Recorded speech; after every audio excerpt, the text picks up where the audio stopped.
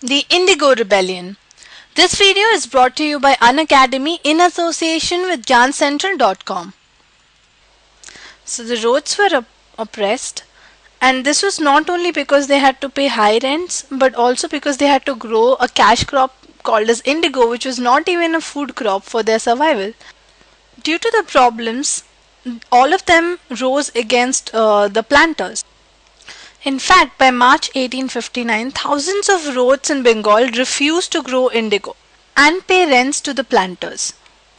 The Rhodes even attacked indigo factories, armed with just swords and spears, bows and arrows. The women turned up to fight with pots, pans and kitchen implements. Not only that, those who actually worked at the factory were boycotted. Now, back in those days, the planters did not collect the rent from the peasant directly. They had agents who were known as Govastas. So whenever a Govasta came to collect the rent from the peasant, they were heavily beaten up. Now, just to oppress the indigo peasants, the planters employed people like lathials. Who are lathials? They were the lathi wielding strongmen. By lathi we mean a very hard stick which was often used to bully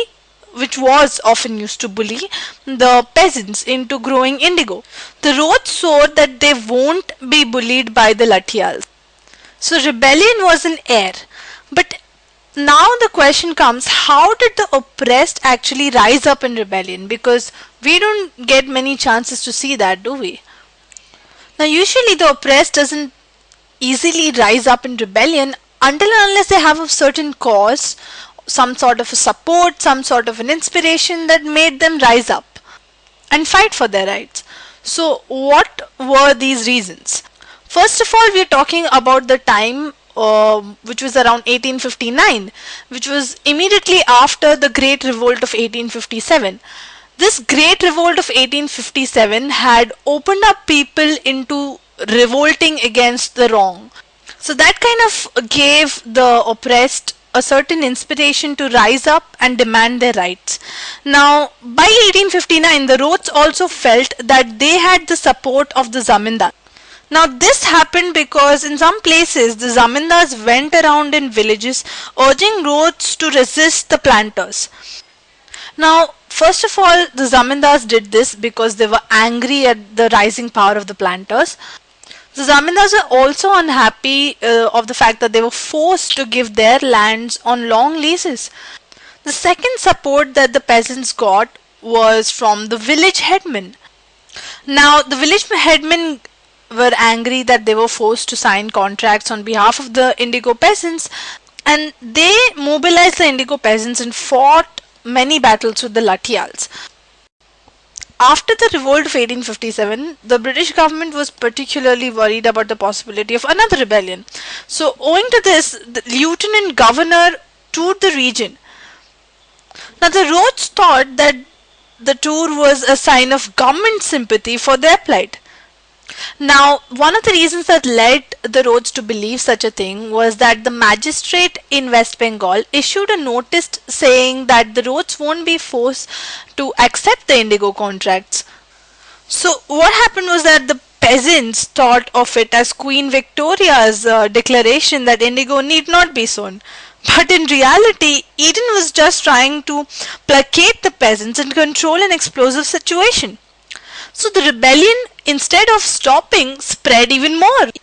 Now as the rebellion spread, intellectuals from Calcutta came to the indigo districts and started writing about the misery of the peasants, the tyranny of the planters and the horrors of the entire indigo system.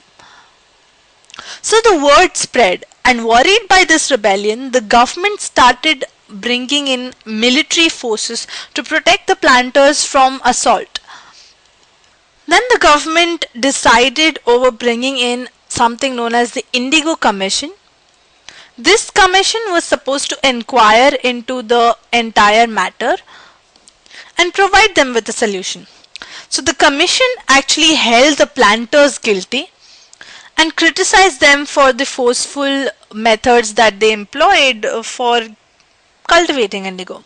So it declared that the indigo production was not profitable for the Rhodes, but it also asked the Rhodes to fulfill their contracts, their existing contracts, but they had the option of refusing to grow indigo in the future.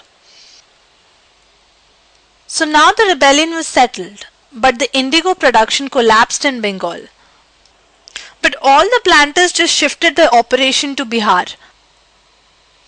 Now by the late 19th century, synthetic dyes also came into the picture. This severely affected their business, but somehow they managed to expand their production still. Now by this time Mahatma Gandhi was already famous.